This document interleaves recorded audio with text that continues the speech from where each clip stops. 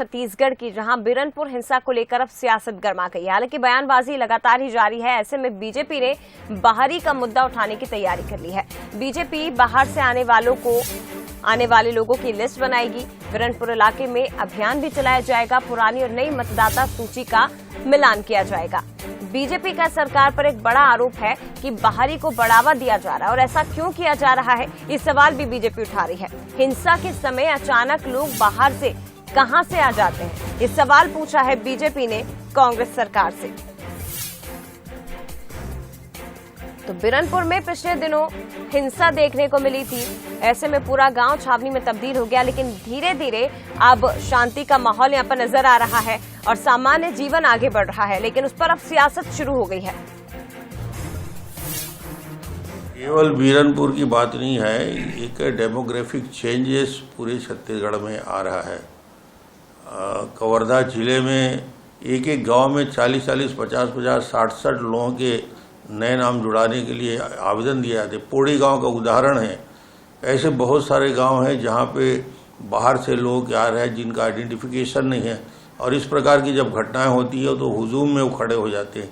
बिरनपुर में भी अचानक लोगों का आना जाना, आसपास के क्षेत्र में एक असंतुलन बनना, ये बताता है कि सरकार जानबूझकर इनको प्रश्रय दे रही है। इनका आइडेंटिफिकेशन सरकार को करना चाहिए। राशन लाला अच्छा। बिरनपुर टू चुनावपुर ये इसलिए कहा जा रहा है क्योंकि छत्तीसगढ़ में भी इस साल चुनाव होने हैं, और बिरनपुर हिंसा को लेकर प्रदेश में हमने सियासत लगातार देखी, बयानबाजी का दौर लगातार देखा। छावनी में तब्दील पूरा गांव किया गया, लेकिन दूसरी तरफ मिनी पाकिस्तान की संज्ञा बीजेपी की ओर से इसे दी गई। अब ऐसे में ये जो सियासत गरमाई गई है और बाहरी का मुद्दा जो बीजेपी उठा रही है, इस पर कांग्रेस का क्या कुछ कहना है, ज्यादा बातचीत हम करेंगे। हमारे साथ धनंजय सिंह ठाकुर, कांग्रेस प्रवक्ता, इस वक्त फोन लाइन पर जुड़ गए। इसके साथ ही राजीव चक्रवर्ती जी, नेता बीजेपी, हमारे साथ इस वक्त छत्तीसगढ़ से जुड़े हैं। आप दोनों का ही बहुत स्वागत है। सर, सबसे पहले धनंजय जी, मैं आपके पास ही आना चाहूंगी। बिरनपुर की घटना को देखिए कोई नहीं भुला सकता। हिंसा यहाँ पर हुई, बयानबाजी भी हमने देखी, मिनी छत्तीसगढ़ की बात भी यहाँ पर बीजेपी की तरफ से कही गई, लेकिन अब बाहरी का मुद्दा उठाने की तैयारी बीजेपी ने कर ली है। आरोप लगाए जा रहे हैं कि ऐसी जब हिंसा होती है तब बाहर से लोग अचानक से कैसे आ जाते हैं। देखिए, भारतीय जनता पार्टी को स्पष्ट करना चाहिए उनका बाहरी से आशय क्या है। वो किसको बाहरी मानते हैं, किसको छत्तीसगढ़िया मानते हैं, किसको पाकिस्तान का वासी मानते हैं। और वो भारतीय जनता पार्टी जो पूरे छत्तीसगढ़ को मिनी पाकिस्तान कह रहे हैं, इस भारतीय जनता पार्टी पर कितनी अच्छी सोच है पूरा देश ने देख लिया है, प्रदेश ने देख लिया है। जो भारतीय जनता पार्टी छत्तीसगढ़ में तालिबान का है, जो पाकिस्तान का है, ऐसे लोगों के पास व्यवस्था फैलाने के अलावा कुछ भी नहीं है। ये सिर्फ ओछी राजनीति कर सकते हैं, व्यवस्था फैलाने की राजनीति कर सकते हैं। ये होते कौन है किसी को बाहरी करने वाले, और बाहरी का आशय इनका क्या स्पष्ट कर पता है किसको बाहरी मानते हैं। क्योंकि मैं जिस हिसाब से जनमानस में सुनता हूँ कि जो डॉक्टर एक सेकंड दीजिएगा, डॉक्टर रमन सिंह जी को प्रतापगढ़ का मूल निवासी मानते हैं, राजेश मुड़त को रतलाम का मूल निवासी मानते हैं, बिजमोहन अग्रवाल जी को राजस्थान का मूल निवासी मानती है जनता। तो भारतीय जनता पार्टी स्पष्ट कर दे किसको वो बाहरी मानते हैं। आरोप है, अगर ये राजनीति है तो ठीक है, लेकिन इस पर राजनीति करना भी उचित नहीं है। और अगर बाहरी का मुद्दा उठाया जा रहा है तो ये तो बेहद चिंता का विषय है ना, कि आखिर हिंसा के समय बाहरी लोग कहां से आ जाते। सर, ये सवाल मैं आपसे लूंगी, लेकिन क्योंकि सवाल आपने भी उठाया कि बाहरी का आशय बीजेपी किससे समझती है, तो ये समझने की मैं कोशिश कर लेती हूँ। राजीव जी हमारे साथ जुड़े हुए। राजीव जी, बाहरी से आपका तात्पर्य क्या है? सर, भारतवर्ष के है, लेकिन दुर्भाग्यजनक ये स्थिति है, कुछ संदिग्ध किस्म के लोग, आपराधिक किस्म के लोग जो अवैधानिक कार्य करते हैं, वो लोग गांव में अभी बसते जा रहे हैं और गांव के लोगों को डराकर धमकाकर भयादोहन करते हैं।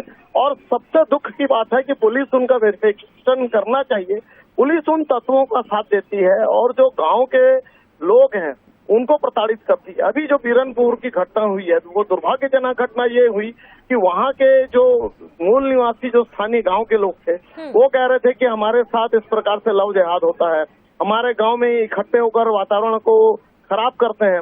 लेकिन मंत्री जी के इशारे पर उल्टे उन गांव वालों को प्रतिवादी बना गए, उन गांव वालों को भीड़ से खींचकर उनकी हत्या कर दी गई और प्रदेश की शासन प्रशासन चुपचाप उन लोगों का साथ देती रही आपराधिक किस्म के लोगों का। ये दुर्भाग्यजनक है। यही स्थिति बस्तर में भी हो रही है। जो लोग धर्मांतरण करते हैं उन लोगों के साथ मिलकर ये बड़ा आरोप आप सरकार पर और प्रशासन पर लगा रहे हैं कि जो आपराधिक किस्म के लोग होते हैं, जो प्रवृत्ति के लोग होते हैं, उसका संरक्षण सरकार कर रही है। आपके पास कोई प्रूफ है क्या सर, ये जो बड़ा आरोप आप सरकार पर लगा रहे हैं? राजधर्म का पालन नहीं हो रहा है। ठीक है सर, मैं चर्चा करूंगी। हमारे सहयोगी गौरव शुक्ला इस वक्त हमारे साथ जुड़े हुए, जरा मैं उनसे भी समझने की कोशिश करूं सर, फिर मैं आपके पास आऊंगी। गौरव, देखिए सियासत अपनी जगह, लेकिन बड़े आरोप बीजेपी की ओर से भी लगाए जा रहे हैं इस पूरे मामले को लेकर और अभियान चलाने की तैयारी। जी बिल्कुल, देखिए बीजेपी के पूर्व मुख्यमंत्री डॉक्टर रमन सिंह का ये बयान निकलकर सामने आया और उन्होंने साफ किया है कि सरकार इस पूरे मसले पर फेल रही है। ये पहला मौका नहीं होगा। जिस दिन ये घटना हुई थी उस दिन से अब तक लगातार सरकार को बीजेपी घेरते नजर आई है और पूर्व मुख्यमंत्री डॉक्टर रमन सिंह ने कहा है कि पुरानी मतदाता सूची और नई मतदाता सूची का बकायदा मिलान किया जाएगा और मिलान करने के बाद जो उसमें अंतर आएगा उसकी जानकारी प्रशासन को दी जाएगी।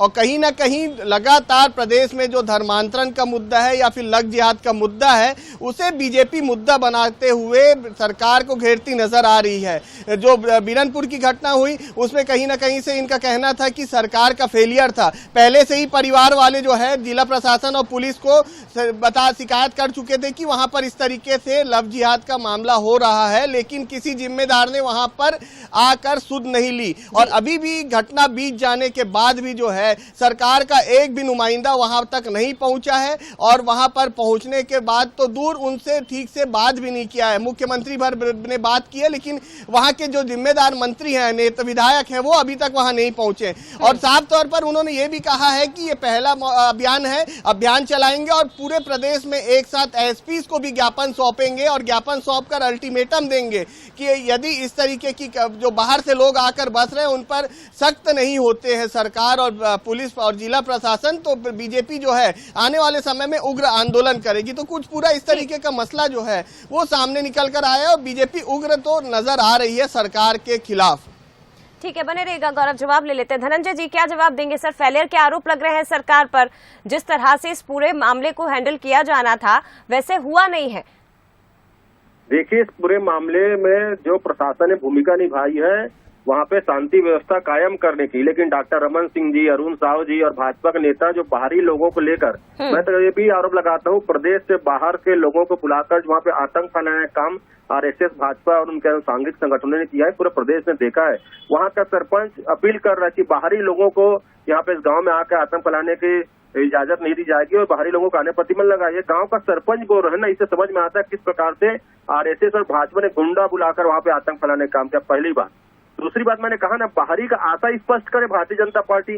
क्या महाराष्ट्र से कोई व्यक्ति आप पर आरोप लगा रहे हैं कि आपकी सरकार ठीक से हैंडल नहीं कर पाई, फेलियर रहा सरकार का, और आप उन पर लगा रहे हैं सर के बाहरी लोगों को वो लेकर आए। सुनिए ना, आप थोड़ी सी मेरी बात सुन लीजिए, फिर आप जवाब दीजिएगा। मैं आरोप नहीं लगा रहा हूँ, मैं उनके कार्यक्रम पे सवाल उठा रहा हूँ। वो बाहरी किसको बोलना चाहते हैं? क्या महाराष्ट्र से कोई व्यक्ति यहाँ पे आके काम कर रहा है वो भारतीय जनता पार्टी के हिसाब से बाहरी है? क्या बिहार का कोई व्यक्ति यहाँ पे आके काम कर रहा है वो भारतीय जनता पार्टी के हिसाब से बाहरी है? क्या आंध्र प्रदेश? ठीक है सर, मैं ये जवाब ले लूंगी उनसे, लेकिन आपके हिसाब से बाहरी का आशय क्या है? क्योंकि आप भी बीजेपी पर यही आरोप लगा रहे हैं। हेलो सर, मेरा सवाल ये है कि आप जो सवाल बीजेपी से पूछ रहे हैं उसका जवाब मैं उनसे लूंगी भाई। लेकिन आपके हिसाब से बाहरी का आशय क्या है? आप भी तो वही आरोप लगा रहे हैं कि बीजेपी पहुंची, बीजेपी के नेता पहुंचे और बाहरी लोगों को लेकर पहुंचे। तो आपके हिसाब से बाहरी कौन है? वो गुंडा जो वहाँ पे आकर आतंक फैलाते, वो गुंडा जो आरएसएस के शाखा में दिखते हैं और वो गुंडा जो भारतीय जनता पार्टी में चलते हैं, ये गुंडागर्दी करने वाले बाहरी है। ठीक है, राजीव जी जल्दी से जवाब दीजिए सर। ठीक है राजीव जी। देखिए, ये बीरन गांव के गांव के लोग कह रहे हैं, ये बेमेतरा के गांव के लोग कह रहे हैं कि मंत्री जी के इशारे पर, मंत्री जी के चमचे के इशारे पर 4 दिन तक उत्पात होता रहा गांव में और पुलिस प्रशासन हाथ पर हाथ धरी बैठे रही।